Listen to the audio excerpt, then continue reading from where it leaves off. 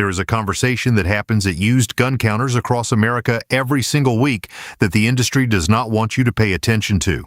A buyer walks past something priced at $280, reaches over it, and pays $550 for something that performs the same. Not because the expensive option is better, because it has better marketing. Because someone on YouTube said the name with more confidence. Because the price tag felt like proof of quality. It is not. Today, we cover 5 firearms that American buyers are walking past in 2026, and the 3 within that group that the secondary market data, the reliability record, and the performance numbers identify as genuine gold mines. Not bargains that compromise, platforms that deliver and happen to be priced as if they do not. If you want information about where your money actually goes in the firearms market, subscribe right now. No sponsorships, no manufacturer relationships. One click. 5-1. Let's go. Number 5. Smith & Wesson M&P 40. Police trade-in market. $280 to $350. The M&P 40 gets passed at used counters for one reason: caliber fashion. The American carry market moved toward 9mm after the FBI's 2015 ballistic evaluation, and .40 S&W developed a reputation as unnecessary. That reputation killed resale value on a platform that was never the problem. The M&P 40 was designed around the .40 S&W cartridge from the ground up. Stainless steel chassis molded into the polymer frame, slide mass and recoil system sized for the cartridge.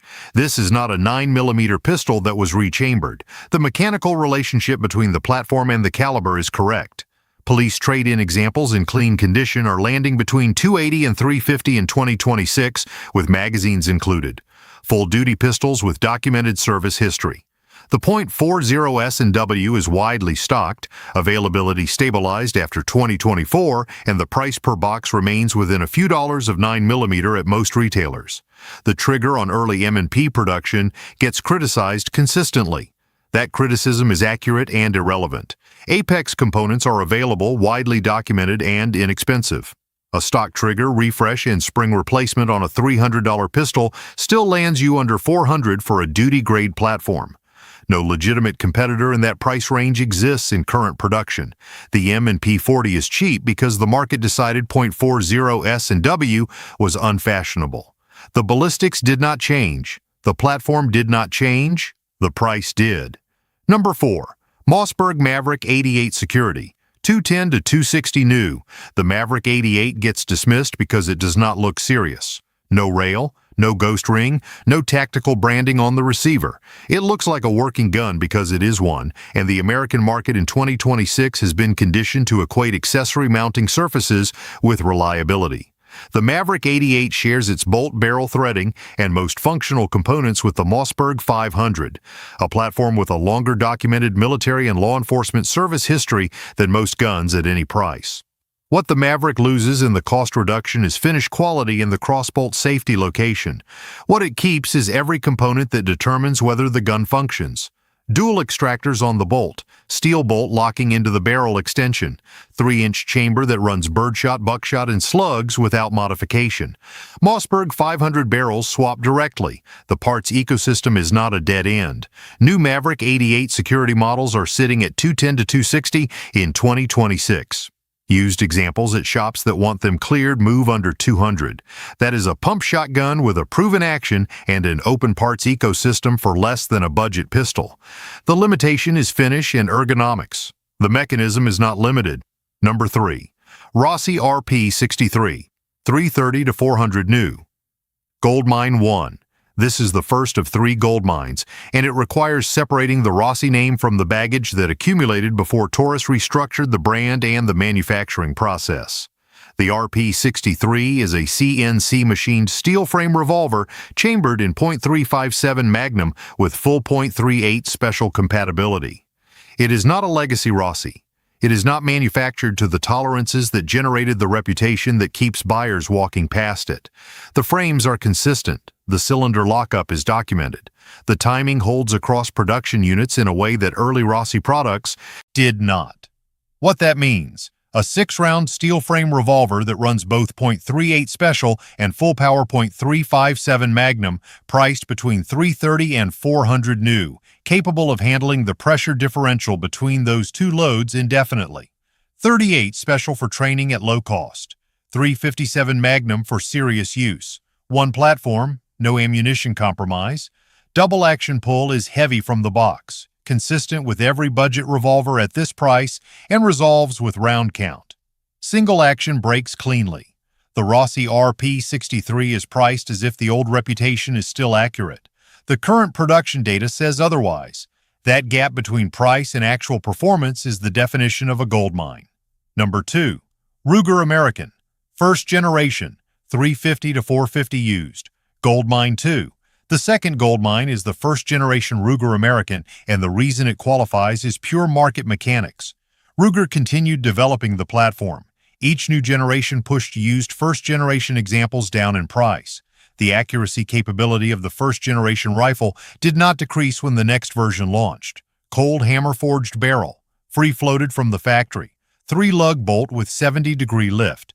The power bedding system uses 2 aluminum pillar inserts to maintain consistent action-to-stock contact through temperature and humidity variation. Precision rifle manufacturers charge $400 to add this to rifles that ship without it. The Ruger American ships with it. The factory trigger is user-adjustable without tools. The .308 Winchester and 6.5 Creedmoor chamberings dominate the used market in 2026. Both are stocked everywhere. Independent accuracy testing on first-generation examples consistently produces sub-MOA groups with mid-tier factory ammunition, not occasionally, consistently. The first-generation Ruger American is priced below its performance because newer versions exist, not because anything changed in what the rifle does at 100 yards. Before we get to number 1, subscribe right now. Next video covers the rifles that dealers are quietly clearing from inventory in 2026 because the secondary market stopped absorbing them. You want to know which ones before you buy. Hit subscribe. Number 1. Hi-Point 995 TS 280 to 350 new, Goldmine 3. This is the Goldmine that requires the most explanation because the Hi-Point name carries more reputational baggage than any other platform on this list.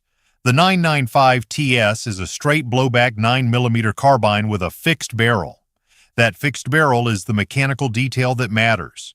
In a blowback system with no moving barrel, accuracy consistency comes from a single variable: how consistently the ammunition performs. There is no barrel-to-slide lockup variation, no tilting breech geometry affecting point of impact. The fixed barrel shoots where it is pointed with less mechanical noise in the system than most pistol-caliber carbines at any price. Independent accuracy testing consistently shows groups that outperform what the platform's appearance suggests. Not because Hi-Point builds precision equipment, because fixed-barrel blowback systems remove variables that hurt accuracy in other designs. The 995 TS feeds standard 9mm. Steel case, aluminum case, brass case. It does not distinguish. New examples sit at 280 to 350. Used examples move under 250 at shops that want clearance. The magazines are proprietary. That is the documented limitation. They are available and inexpensive. The Hi-Point lifetime warranty follows the gun, not the original owner. If a used 995 TS fails, Hi-Point repairs or replaces it regardless of purchase history. At a $250 used price point, that warranty changes the risk calculation entirely. You are not buying a disposable carbine, you are buying a warranted one. 5 firearms the market undervalues. 3 genuine gold mines. The Rossi RP63, the first-generation Ruger American, and the Hi-Point 995 TS are not compromises. They are platforms priced below their documented performance because of caliber fashion, brand reputation, and the replacement of older generations by newer ones. The American firearms secondary market prices on perception, not on documented performance. When a caliber falls out of fashion, the pistols fall in price regardless of the ballistics. When a manufacturer releases a newer version, the prior generation falls in price regardless of the accuracy data. When a brand name accumulates negative associations from older production, the current production falls in price regardless of what current manufacturing shows. Every one of those price drops is an opportunity for a buyer who separates reputation from current evidence. The M&P 40 at 280 performs the same duty function it performed at 500. The first-generation Ruger American at 400 shoots the same groups it shot at 650. The Hi-Point 995 TS at 250 carries the same lifetime warranty it carries new at 325. The price changed, the capability did not. The buyer who asks that question outperforms the one who pays for the name, the caliber trend, or the generation number on the box. These 5 are proof of that. No sponsorships, no manufacturer relationships, no industry access that changes what is said. Subscribe.